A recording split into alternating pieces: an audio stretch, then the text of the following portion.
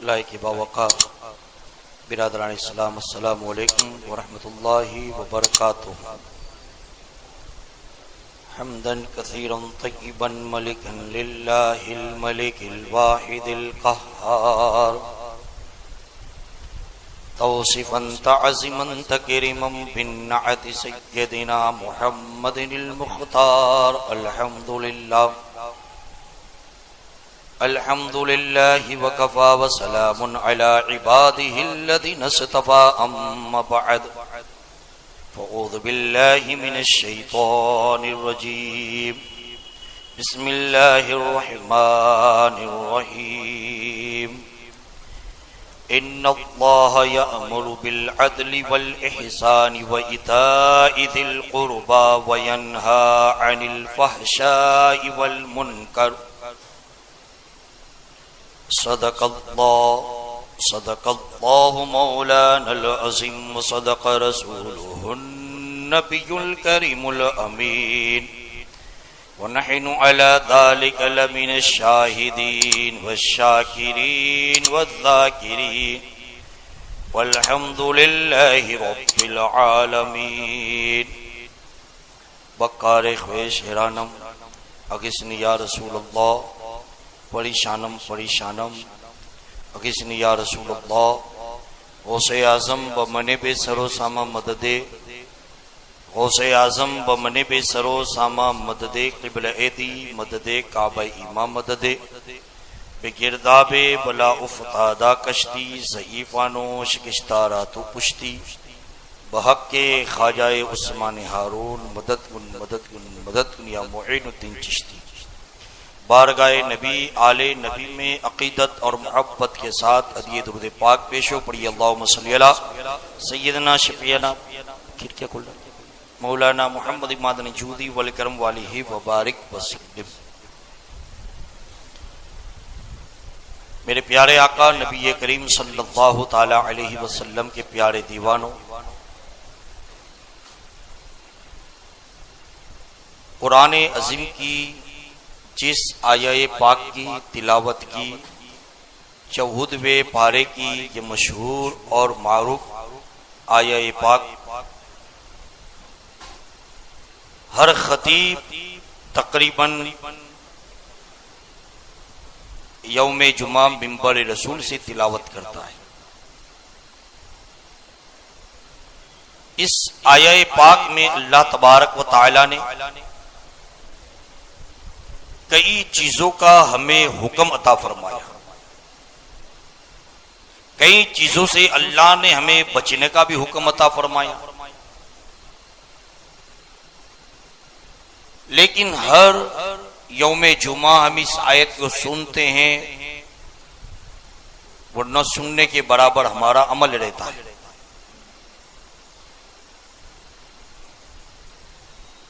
अल्लाह तबारक व तआला का इरशाद है, इन्नल्लाह यअमुरु बिल अदल, कि बेशक अल्लाह तुम्हें अदल का हुक्म देता है।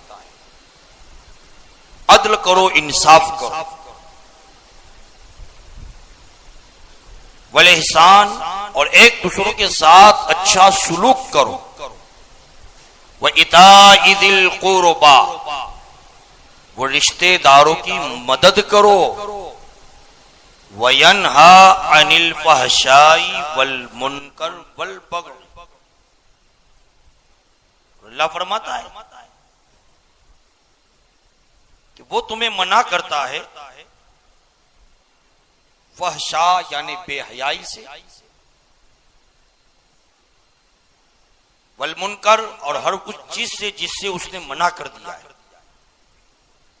शराब, जुआ, गाली गुलूच, इन तमाम चीजों से अल्लाह तुम्हें रोकता है, अल्लाह तुम्हें मना करता है। वल बग़ी, और जुल्म से, हद से ज्यादा बढ़ने में अल्लाह तुमको मना करता है। यईज़ुकुम लअल्लकुम तज़क्करून, अल्लाह तुम्हें नसीहत फरमाता है ताकि तुम नसीहत पकड़ो, ताकि तुम नसीहत पकड़ो। ये हर जुमा इमाम मिंबर पे आयत पढ़ता है, आप गौर करके सुनो। जुमा के खुतबे को गौर से सुनो ताकि तुम्हें उसमें पता चले कि क्या कहा गया है।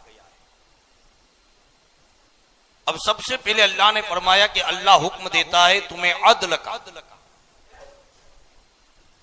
तो अदल कहते किसको हैं? और अदल के लिए सबसे पहली जो चीज जरूरी है वो है इंसान की नीयत का साफ होना। जब तक नीयत में दुरुस्तगी नहीं होगी, नीयत साफ नहीं होगी, हम अदल कायम नहीं कर सकते।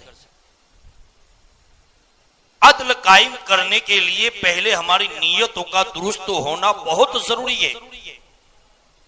हमारे असलाफ बुजुर्गान दीन अदलो इंसाफ को इतनी अहमियत देते हैं कि आज ये दुनिया में ढंढोरा जो पीटा जा रहा है कि इस्लाम ये तलवार के बल पे फैला है, इन लोगों ने सही से इस्लाम का मुताला ही नहीं किया।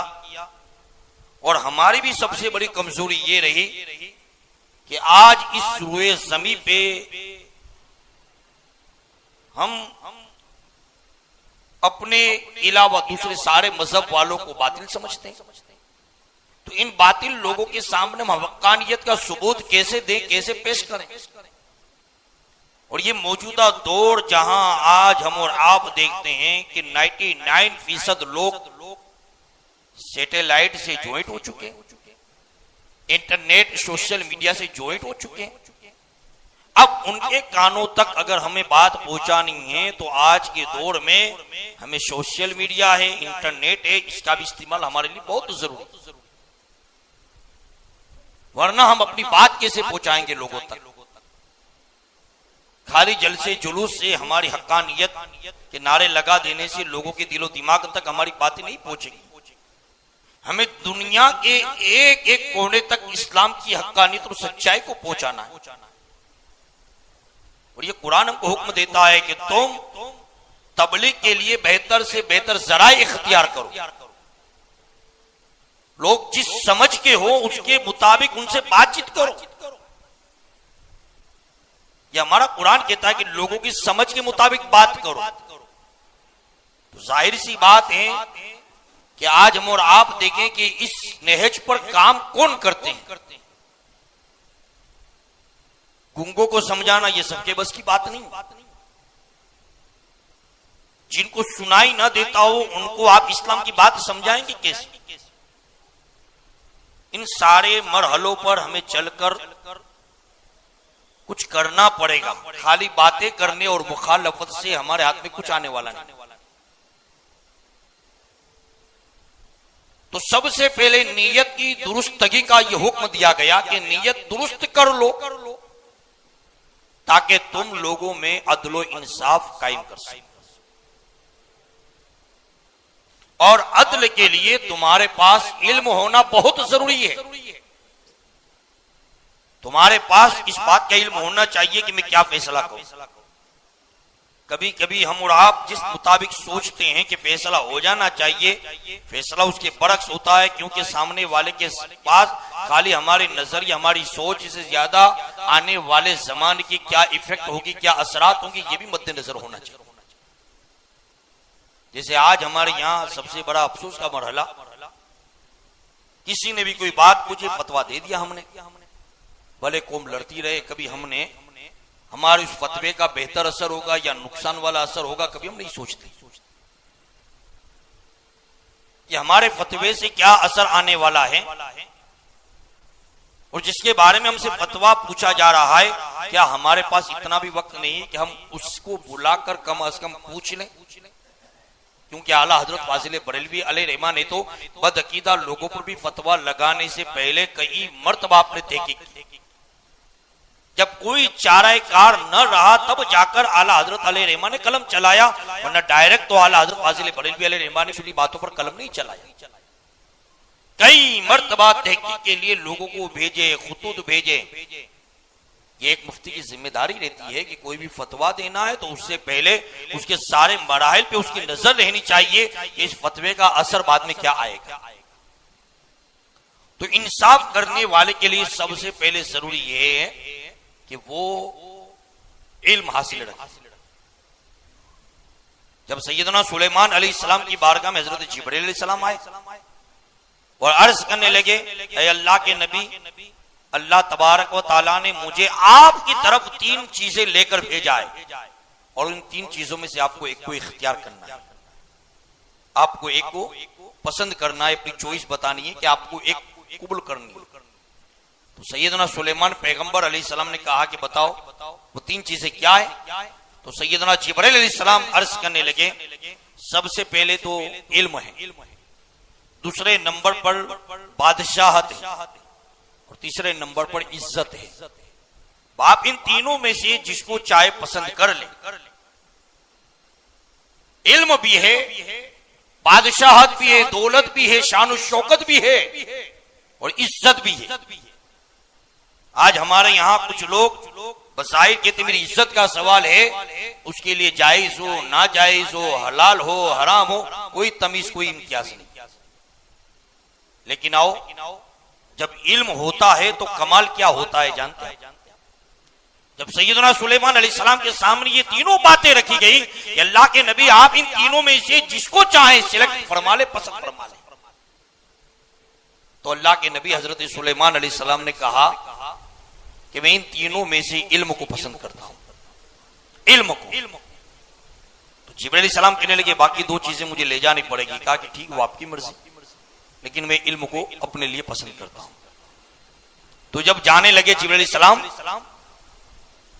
तो बादशाहत और इज्जत ये दोनों रुक गए। जिब्राइल अलैहिस्सलाम कहने लगे चलो तुम, वो कहने लगे नहीं हम आपके साथ नहीं आएंगे, यही रहेंगे। क्या क्यों? क्या इसलिए कि जब से अल्लाह ने हमको पैदा किया तब से अल्लाह का यह हुक्म है कि जहां इल्म हो वहां वही तुम दोनों को भी रहना है, जहां इल्म हो वहीं पर तुम दोनों को भी रहना है। पता चला कि जहां इल्म होगा वहां दौलत भी होगी, इज्जत भी होगी। और आज हम और आप देखें अल्लाह जिनको इल्म देता है न जाने न पहचाने, कोई आलिम दीन बाहर से आए, हम नहीं पहचानते कि परिवार में कितने सभी हैं, खानदान में कितने लोग हैं, कौन से घराने से है। बस खाली इतना पता चल जाए कि इल्म अल्लाह ने दिया है तो आज हम अपने घर में जो खाते उससे बेहतर उनको खिलाते, अपने घर में जो हमारे दस्तरखान लगता है उससे बेहतर दस्तरखान लगाते। किस लिए आपने ये सब किया? क्यों इतनी इज्जत सामने वाले को दी जा रही है? क्यों बादशाहों की तरह उनको वेलकम किया जा रहा है? तो जवाब एक ही मिलेगा कि अल्लाह ने उनको इल्म से नवाजा है। तो जहां इल्म होता है वहां बादशाहत भी होती है, वहां इज्जत भी हुआ करती है।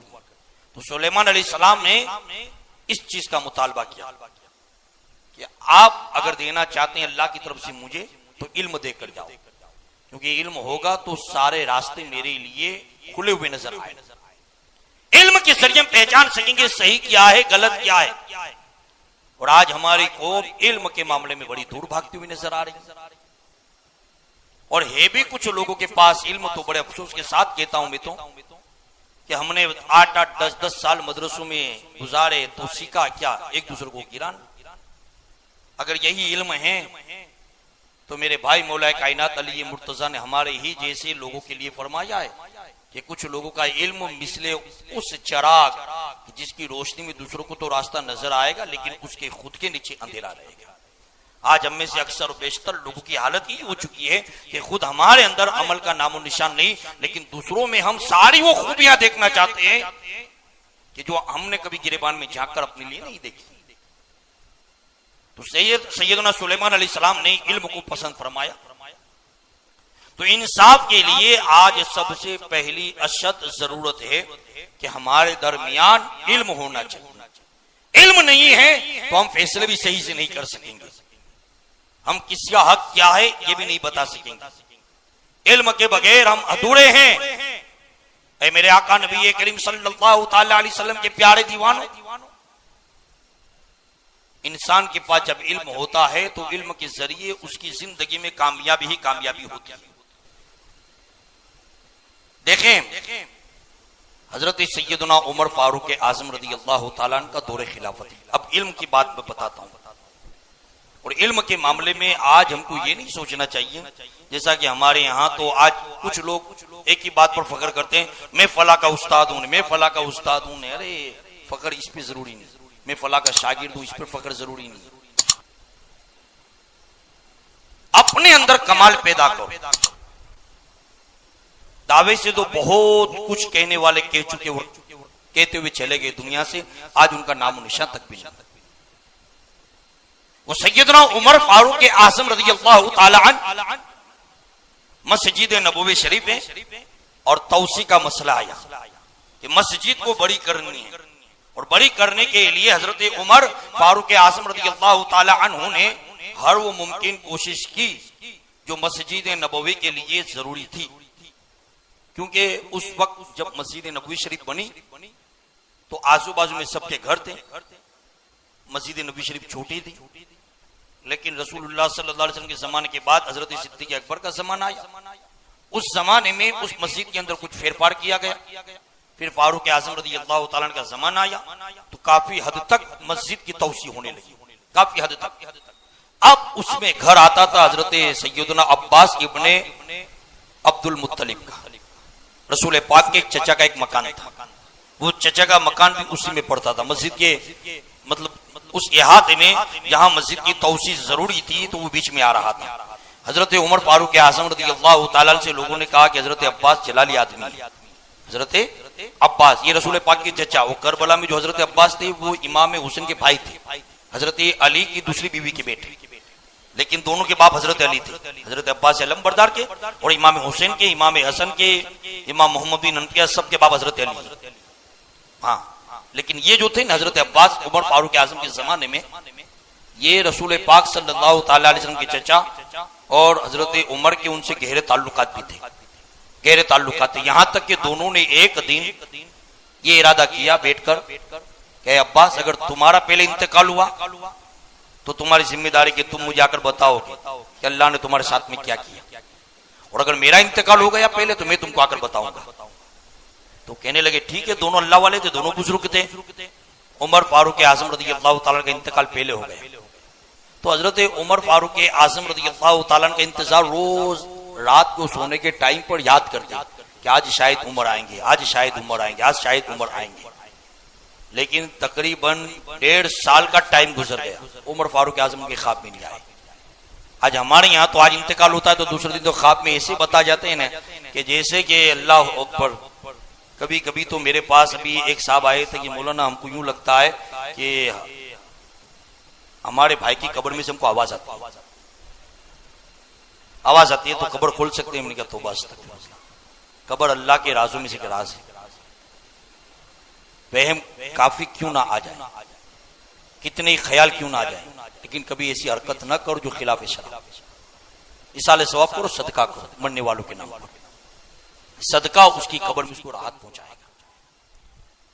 तो हजरत सैयदना उमर फारूक आजम रज़ियल्लाहु ताला 1.5 साल के बाद उनके ख्वाब में आए, और 1.5 साल बाद जब ख्वाब में आए तो हजरत अब्बास कहने लगे कि ए अमीरुल मोमिनीन, काफी वक्त लगा दिया आपने आने में। अल्लाह अकबर। उमर फारूक आजम का जवाब सुन, फरमाते हैं कि मेरा हिसाब इतना लंबा चला, हिसाब इतना लंबा चला कि 1.5 साल के बाद में हिसाब से फारिग हुआ हूं तो अब तुम्हारे ख्वाब में आया।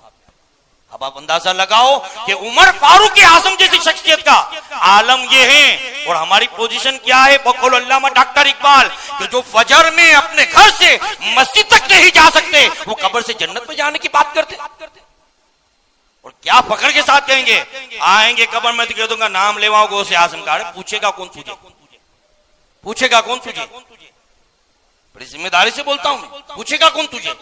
उस मकाम पे पहुंचा, बाद में तुझे पूछा जाएगा, पहले उस मकाम तक तो तू पहुंच। तू अपने घर से निकलकर मस्जिद तक नहीं पहुंच पाता है और बातें करता है, बातें करता है, सेवा नहीं देता है। मैं कुछ एक दो बातें आगे बताऊंगा जाली पीरों की। तो हजरत उमर फारूक आजम रज़ियल्लाहु ताला की इतनी गहरी दोस्ती थी, लेकिन उन्हीं का मकान मस्जिद की जो मस्जिद का इहाता बराना था उसके बीच में आ रहा था। तो सारे मकान वालों ने तो अपने अपने मकान का कह दिया कि ठीक है कीमत वगैरह जो भी है वो अदा हो जाए, हम दे देंगे मस्जिद। लेकिन हजरत अब्बास मानते नहीं थे। हजरत अब्बास रज़ियल्लाहु ताला को जब कहा गया तो उन्होंने कहा कि नहीं, मैं अपना मकान मस्जिद में नहीं दूंगा। लेकिन उमर फारूक आजम की नीयत तो जाती नीयत तो नहीं थी, अल्लाह के घर की कुशादगी के लिए यही नीयत थी उमर फारूक आजम की। तो सैयदना उमर फारूक आजम रज़ियल्लाहु ताला अन्हु ने हजरत अब्बास को बुलाया और बुलाने के बाद कहा कि अम्मे रसूल, मैं 3 बातें आपके सामने पेश करता हूं, आप तीनों में से एक कबूल फरमा लें, सही नसीब। कहने लगे कहो। क्या पहली तो सूरत ये है कि आप मकान की कीमत ले लीजिए, जो भी कीमत होती है मैं आपको देने के लिए तैयार हूं, बैतुल माल में से। क्या दूसरी बात? तो कहने लगे या फिर आप खुद हिबा कर दीजिए मकान को, आप खुद वकफ कर दीजिए मकान को। कहने लगे तीसरी बात? तो कहने उमर फारूक आजम कहने लगे दोस्ताना ताल्लुक है, आप मुझे तोहफे में दे दो, आप मुझे तोहफे में दे दो। तो उन्होंने कहा कि अगर मैं तीनों में से एक भी बात न मानूं तो उमर फारूक आजम थे, कहने लगे कि तो फिर मुझे जबरन लेना पड़ेगा। कहा जबरन लेंगे आप? तो उमर फारूक आजम कहने लगे हाँ, और मुझे इसका इख्तियार कुरान ने दिया है। उमर फारूक आजम कहते हैं मुझे इसका इख्तियार कुरान ने दिया है। कहा कहां है कुरान में? कुरान में बताओ मुझे। तो हजरत उमर फारूक आजम कहने लगे या अय्युहल्लज़ीना आमनू अतीउल्लाह व अतीउर रसूल व उलिल अम्रि मिनकुम, ए ईमान वालो अल्लाह व रसूल की इताअत करो और अपने बादशाहों की बात मानो। तो कहने लगे कि देखो कुरान में हुक्म है कि बादशाह की बात मानो, अब ना मानकर आप गुनहगार हो रहे हैं। मैं अभी अमीरुल मोमिनीन के मकाम पर हूं तो आप दे दीजिए। तो हजरत अब्बास रज़ियल्लाहु ताला अन्हु कहने लगे क्या उमर में नहीं दूंगा, हमारे दरमियान कोई फैसला कर दे इसका। तो कहा कि हमारे दरमियान फैसला कौन करेगा, फैसला कौन करेगा? तो कहने लगे उबई बिन काब हमारे दरमियान मौजूद हैं, जनाब रसूल पाक सल्लल्लाहु अलैहि वसल्लम के जमाने में भी कुछ फैसले उन्होंने किए, चलो इनसे मुलाकात कर लेते हैं। तो जब हजरत उबई बिन काब रज़ियल्लाहु ताला अन्हु के पास पहुंचे कि उबई बिन काब आप हमारे दरमियान फैसला कर दे, हजरत उबई बिन काब ने सारी बातें सुनी। तो हजरत उमर फारूक आजम ने कहा कि उबई बिन काब आप जानते कि मैं मकान क्यों लेना चाहता हूं, ताकि मस्जिद की कुशादगी में ये मकान जो रुकावट में आता है उसको हटा दिया जाए और मस्जिद की कुशादगी हो जाए तो लोग कुशादगी के साथ सुकून इत्मीनान के साथ नमाज पढ़ सकें। अब ये देते नहीं तो मैंने आखिर में अपना ये फैसला सुनाया है, मेरे लिए शरण जायज है या नाजायज? ये उमर फारूक आजम जैसी शख्सियत पूछते। हजरत उबई बिन काब ने कहा कि आपके लिए जायज नहीं है, आपके लिए जबरन लेना जायज नहीं। मेरे पास कुरान की दलील है। तो कहने लगे तुम्हारे पास कुरान की दलील है वो अपनी जगह पड़ी, लेकिन मेरे पास रसूलुल्लाह सल्लल्लाहु अलैहि वसल्लम की मौजूदगी का वो मामला है जो मैंने खुद रसूलुल्लाह की मौजूदगी में अपने कानों से सुना है। मैंने खुद रसूलुल्लाह की मौजूदगी में अपने कानों से सुना है कि रसूलुल्लाह ने इसके बारे में क्या हुक्म दिया है। तो हजरत उमर फारूक आजम कहने लगे अच्छा तो आप बताइए वो क्या हुक्म था? तो कहने लगे कि अल्लाह के रसूल नबी करीम सल्लल्लाहु अलैहि वसल्लम ने एक दिन हम सबको बिठाया और कहने लगे कि जनाब सुलेमान अलैहिस्सलाम को अल्लाह ने हुक्म दिया कि बैतुल मक़दिस की तामीर करना। और जनाब सुलेमान अलैहिस्सलाम जब बैतुल मक़दिस की तामीर कर रहे थे तो एक दीवार जिसको चुना जा रहा था वो बार बार गिर जा रही थी। मामार दिन में उसको चुनते, रात होती तो दीवार गिर जाती। तो अब सुलेमान अलैहिस्सलाम के काम करने वाले करियों में जिन्नात भी थे, तो वो तो ये कहने लगे हजरत हम नहीं गिराते। सबने कहा कि हजरत हमको पता नहीं, लेकिन चुन के जाते, रात को गिर जाती दीवार। तो हजरत सुलेमान अलैहिस्सलाम ने देखा कि जिन्नात भी तो मेरे साथ में है और अल्लाह ने इल्म के जरिए, अल्लाह ने उनको जो इल्म दिया था उसके जरिए हवा भी उनके ताबे हैं, जीन भी उनके ताबे, रब के फजल से हर चीज उनके ताबे थी। तो जनाब सुलेमान अलैहिस्सलाम ने उस वक्त अल्लाह तबारक व तआला की बारगाह में दुआ की कि मेरे मौला ये मुअम्मा क्या है, मेरे मौला तेरे सिवा हमारे लिए कोई आसानी नहीं कर सकता है, ऐ कादिर मुतलक तू इसको हमारे लिए आसान फरमा दे। तो अल्लाह तबारक व तआला ने हजरत सुलेमान अलैहिस्सलाम की तरफ वही भेजी, ऐ सुलेमान मस्जिद की ये दीवार जिस जमीन पे बन रही है ना उसमें 2 गज जमीन मस्जिद की नहीं किसी और की, और जिसकी है पहले उसकी इजाजत ले लो ताकि दीवार हमारे हुक्म से खड़ी हो जाए, पहले उसकी इजाजत ले लो। अब हजरत सुलेमान अलैहिस्सलाम ने उस जमीन वाले को बुलाया और बुलाने के बाद कहा कि तुम्हारी जमीन से हमारी मस्जिद की दीवार जो बन रही है तो 2 गज जमीन तुम्हारी हमारी दीवार में आ रही है, अब बताओ इसके बारे में तुम्हारी क्या राय? अगर तुम कहो तो मैं इसकी कीमत अदा कर दूं। तो उसने कहा कि ठीक है कीमत अदा कर दी, मैं तो जरूरतमंद आदमी हूं। तो कहने लगे कितनी कीमत चाहिए? तो उस जमाने में किंतार होता था, किंतार 4000 दिनार का एक किंतार। जैसे हमारे यहाँ 1 लाख रुपए को आमतौर से लोग कहते हैं एक पेटी, 1 करोड़ को एक खोखा बोलते भाई लोगों की जबान में, समझे? 2 खोखे दे दे भाई, तो ये पेटी और खोखे वाले होते हैं, समझे? तो अपनी अपनी जबान में लोग बोलते हैं। 500 वाली को हरी पत्ती बोलते हैं, उसको गुलाबी पत्ती बोलते हैं, 2000 वाले को वो अपने अपने हिसाब से बोलते हैं लोग। तो किंतार होता था 4000 दिनार का एक किंतार। तो हजरत सुलेमान अलैहिस्सलाम ने जब उससे कहा तो वो कहने लगे कि आप एक किंतार दे दीजिए मुझे। सुलेमान अलैहिस्सलाम ने कहा ठीक है। एक किंतार सुलेमान अलैहिस्सलाम ने उसको देने के लिए तैयार हुए। तो कहने लगे हजरत एक बात पूछूं? तो सुलेमान अलैहिस्सलाम ने कहा पूछ। कहा कि आप जो कीमत दे रहे हैं ये अफजल है या मेरी जमीन अफजल है? तो सुलेमान अलैहिस्सलाम ने कहा तेरी जमीन अफजल है, क्योंकि मैं तो पैसे तुझे दे दूंगा लेकिन जमीन तो तेरी मस्जिद में जाने वाली है, कयामत तक सजदे होने वाले, तो जमीन तेरी अफजल है।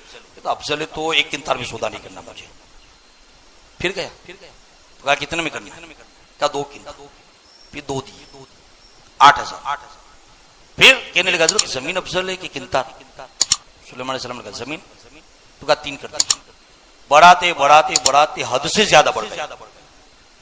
कभी कभी लोग नियत के खोटे होते तो ऐसे बढ़ते जाते, समझे? लेने के बाद टोकन लेने के बावजूद भी, और टोकन का मसला मैं बता देता हूं, याद रखें।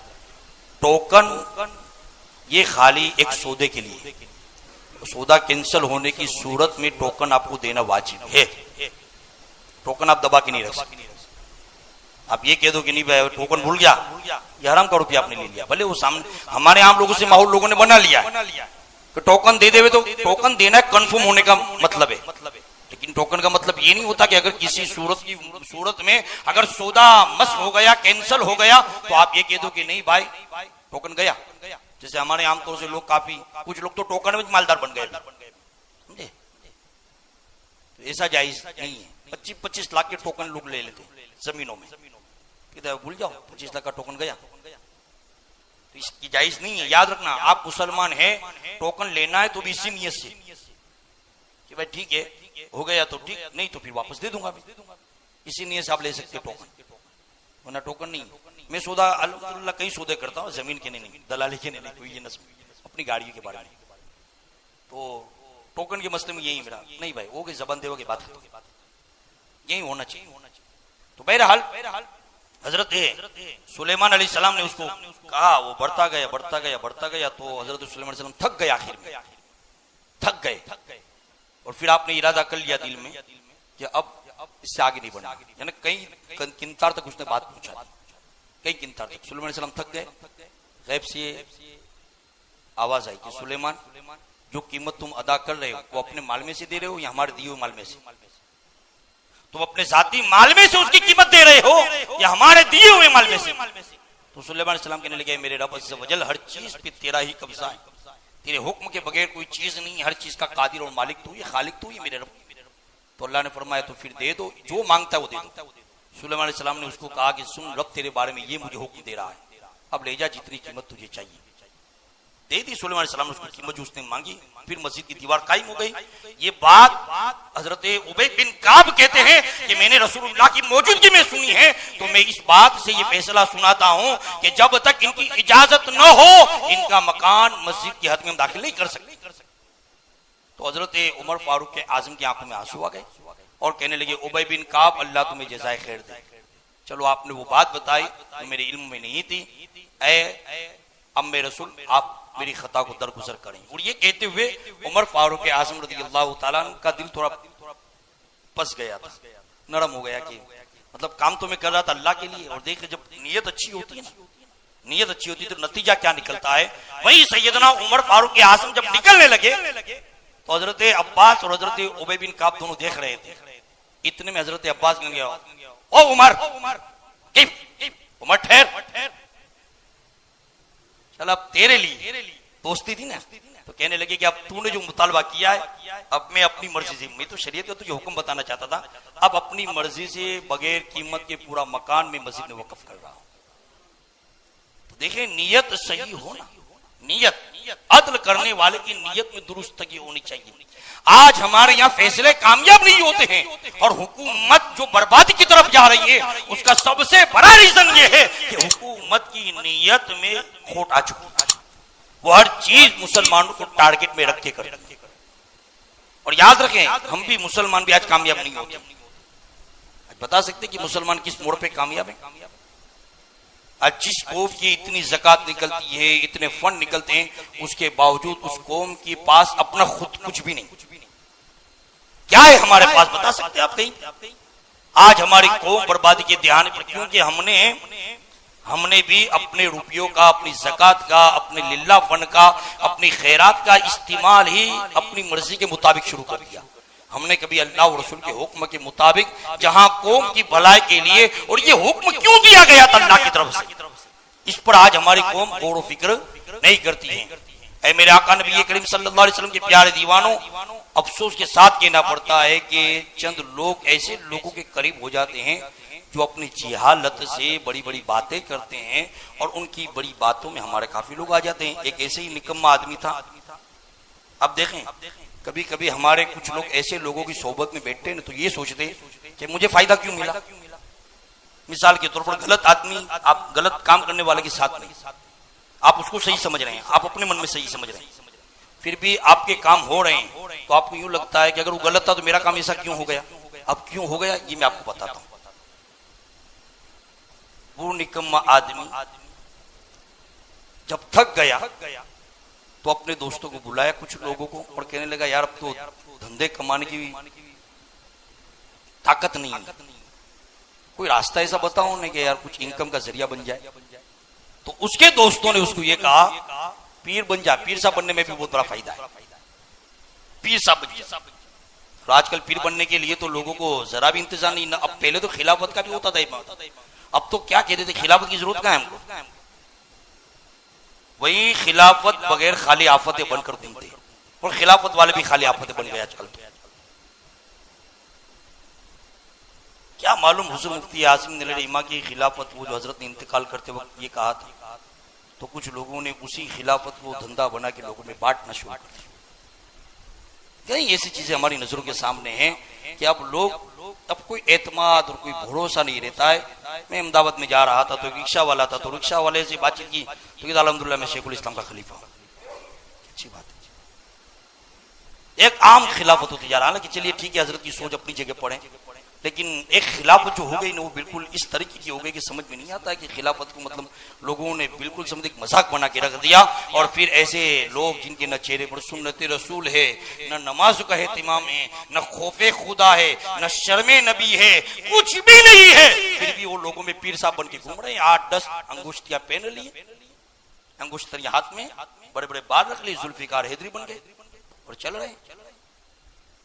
उस साहब ने भी पूछा, अल्लामा डॉक्टर इकबाल ने कहा था, ऐसे एक पीर साहब हमारे सामने रहते थे, तो वो पीर साहब से मिलने के लिए, पीर साहब से मिलने के लिए उनका एक गरीब मुरीद आया, गरीब मुरीद।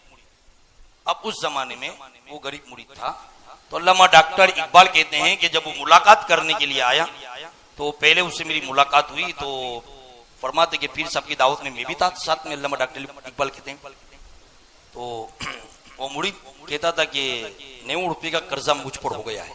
उस जमाने में 90 रुपये का कर्जा मुझ पे हो गया है। अल्लामा डॉक्टर इकबाल से वो कहता था, और पीर साहब से भी कहने लगा कि हजरत दुआ करें कि 90 रुपये का कर्जा वो अदा हो जाए। तो पीर साहब ने भी हाथ उठा के दुआ कर दी कि अल्लाह तेरे लिए आसानी कर दे। अब जाते जाते उसने 10 रुपये पीर साहब को हदिया दिया। अब जैसे हदिया दिया ना, तो अल्लामा डॉक्टर इकबाल मुस्कुराने लगे। तो पीर साहब कहने लगे, अल्लामा आप क्यों मुस्कुरा रहे हैं?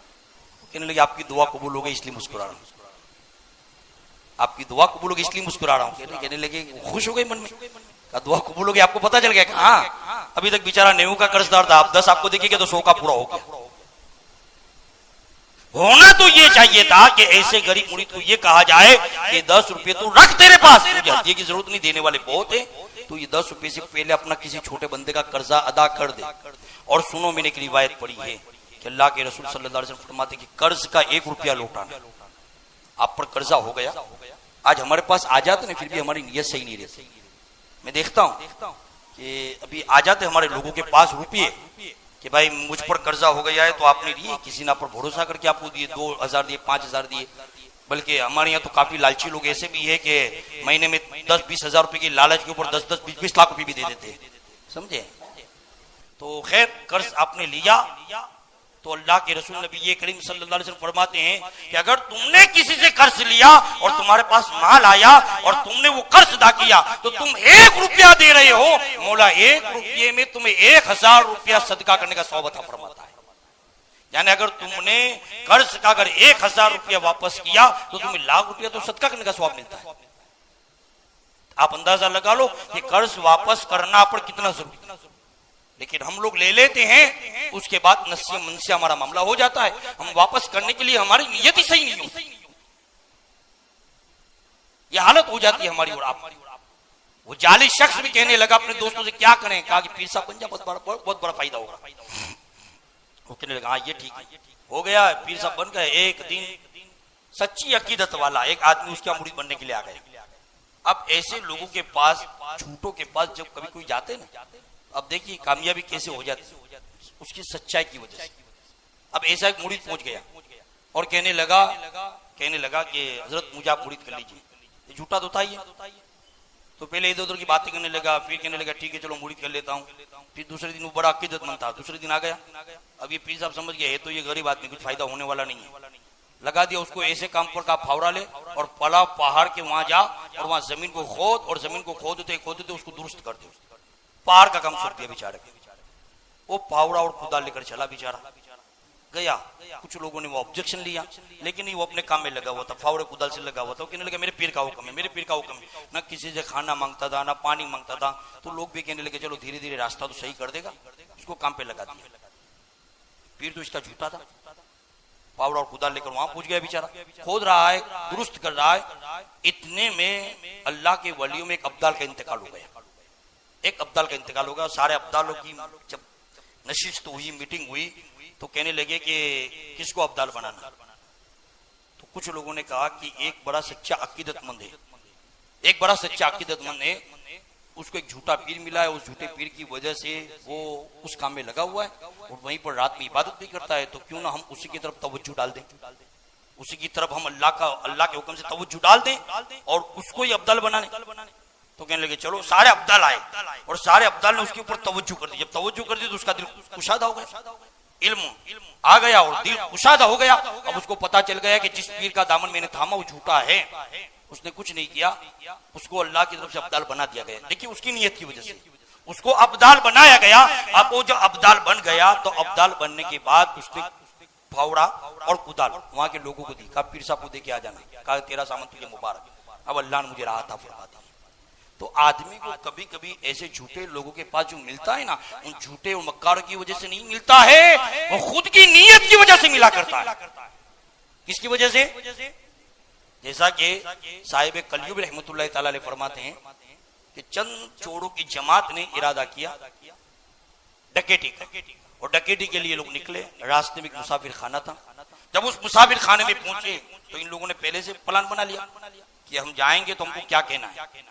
तो जब ये सारे चोरों की जमात जब मुसाफिर खाने में पहुंची, रात के वक्त में, उस जमाने में मुसाफिर खाने खुलते नहीं थे, इन्होंने मुसाफिर खाने के दरवाजे पे जब दस्तक दी तो अंदर से चौबदार ने कहा कौन? तो ये लोग कहने लगे हम मुजाहिदीन हैं, अल्लाह की राह में जिहाद के लिए निकले हैं, रात का अंधेरा हो गया इसलिए हमने यहां रुकने का इरादा किया।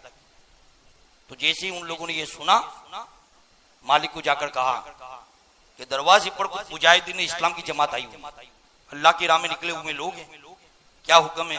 दरवाजा खोले? कहा खोल दो। दरवाजा खोल दिया और दरवाजा खोला तो सारे जितने के जितने अंदर गए, सुकून के साथ बैठ गए। मालिक ने कहा कि इन सब की दावत कहते हैं मेरी तरफ से। रात के वक्त में खाने का दस्तरखान लगाया, शानदार खाना खा रहा है। और जब खाना खा रहे थे ना, तो उस वक्त एक बच्चा जमीन से घिसटता हुआ आ रहा था, जमीन से रगड़ता हुआ आ रहा था। जमीन से घिसटते नहीं, कुछ बच्चे आप लोगों ने देखे होंगे, वो जमीन से घिसटता हुआ आ रहा था। इन लोगों को सबको यूं देख रहा था, ऊंची गर्दन से खाना खा रहे थे, सबको देख रहा था। काफी देर तक वो बच्चा उनको देखता रहा। उन लोगों ने खाना खाया, रात को सो गए। प्लान था उनका कि सुबह फला जगह जाके हमको डकैती करेंगे। वो डकैती करके वापस फिर इन लोगों का प्लान था कि रात को फिर यहीं पे आके रुक जाएंगे। अब यहाँ तो असर डाल दिया मुजाहिदीन ने, चले गए वहां, गए डकैती कर ली। डकैती करने के बाद सारा माल लेकर आए और माल लेकर जब आए तो रात का वक्त फिर हो गया, दरवाजा बंद था मुसाफिर खाने का। और जब ये सब पहुंचे हैं, दस्तक दी, चौबदाने का कौन?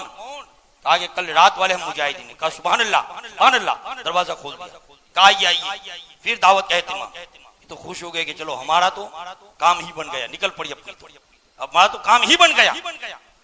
और मालिक ने उनके लिए फिर खाने का एहतिमाम किया। अब उन लोगों ने देखा कि पूरे मुसाफिर खाने में खुशियों का माहौल है, खुशियों का माहौल है। तो कहने लगे कि ये मुसाफिर खाने में खुशियां किस बात की? कहा ये सब आप लोगों की दुआओं से हुआ, आप लोगों की दुआओं से। तो वो चोर डकैत कहने लगे कि हमारी दुआओं से क्या हुआ इसका? कहने लगी कि जानते हो कल रात को तुमने जब यहाँ खाना खाया तो एक बच्चा घिसटता हुआ आ रहा था और वो अपनी गर्दन ऊंची कर करके तुमको देख रहा था। कहने लगे हाँ, तो वो हमारे मालिक का बच्चा था। जब तुम सब यहाँ से खाना खा के अपने कमरे में जाके आराम करने लगे ना, तो हमारे मालिक ने तुम्हारा बचा हुआ खाना अपने बच्चे को खिलाया।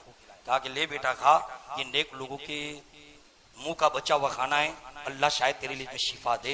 बच्चे को खाना खिलाया। तुम्हारा जो झूठा पानी था हमारे मालिक ने बच्चे के पैर के ऊपर मल दिया कि अल्लाह हमारे बच्चे को शिफा अता करे। और देखें कि तुम्हारी दुआओं से किस राह पे तुम निकले थे कि अल्लाह तबारक व तआला ने तुम्हारे सदके हमारे मालिक के बच्चे के पैरों की नेमत भी अता कर दी, उसकी बीमारियां भी दूर हो गई।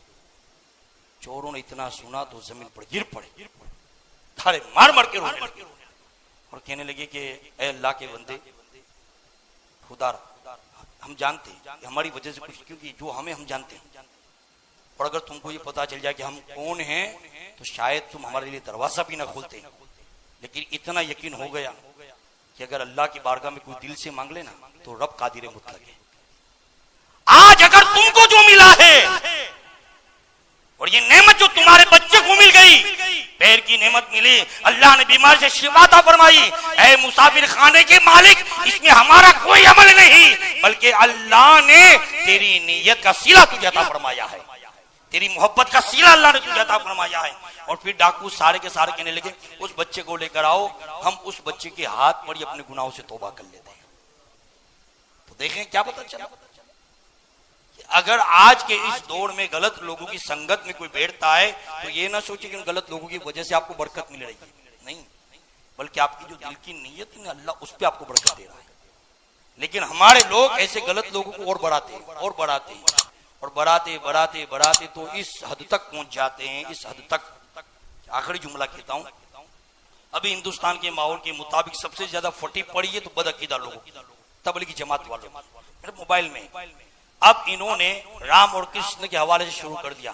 इनकी ऐसी फटी कि उन्होंने ये कहा कि राम और कृष्ण को, मेरे मोबाइल में आप देख सकते हैं, समझे, मैं हवा में फेंकम फेंकी करने वाला मौलाना नहीं, समझे, है अपने पास सबूत। और देखें जिनको वलियों को मानने की तौफीक और वलियों की बारगाह का अदब नहीं मिलता ना, वो ऐसी ही दलदल में जाके फंसते हैं, वैसे ही गुमराहियत के गड़े में जाते। तो कहने लगा हम राम और कृष्ण को खुदा नहीं मानते, नहीं मान सकते खुदा। फिर कहता है कि हम राम और कृष्ण को नबी भी नहीं मानते, लेकिन वली मान सकते, वली मान सकते। और वली का अदब एहतराम होना चाहिए, वली का नाम अदब से लेना चाहिए। और राम और कृष्ण के नाम के साथ अगर किसी ने बेअदबी भी की तो वली का गुस्ताख है। बोलो ये आपको चाहिए तो प्रूफ ले लेना मेरे पास। ये हालात की वजह से ईमान का सौदा करने वाली जमात, जिल्लत इसीलिए इनके लिए इतने जलील खार हो गए। वरना किसी भी जगह बता दो कि कहीं तोगड़िए ने ये कहा कि सुन्नी के ऊपर बैन लगा दो, बता सकते हैं? क्योंकि ये ईमान के मामले में बड़े कमजोर है, ईमान के मामले में बड़े कमजोर है। और सुन्नी ईमान के बारे में मजबूत है, लेकिन अफसोस सुन्नी पर यह है कि कभी कभी जिहालत ही को अपना ईमान समझ बैठता है। तो जिहालत की वादियों में से निकलो मुसलमानों। अब तुम्हारा रब तुमको जो हुक्म देता है, इन्नल्लाह यअमुरु बिल अदल, अदल इख्तियार करो और अदल के लिए नियत और इल्म हासिल करो। नियत सही होगी, इल्म होगा तो गलत कामों से भी बचोगे। उसके बाद अल्लाह ने हुक्म दिया वल एहसान, एक दूसरों के साथ अच्छा सुलूक करो। अब सुलूक किसको कहते हैं? इंशाअल्लाह ताला जिंदगी रही आइंदा जुमा को मैं आपको बताऊंगा कि एक दूसरों के साथ हमें कैसा सुलूक करने का हुक्म दिया और आज हम कैसा करते हैं। जो हुक्म दिया अल्लाह ने उससे हटकर हमारा मामला बनता जा रहा है।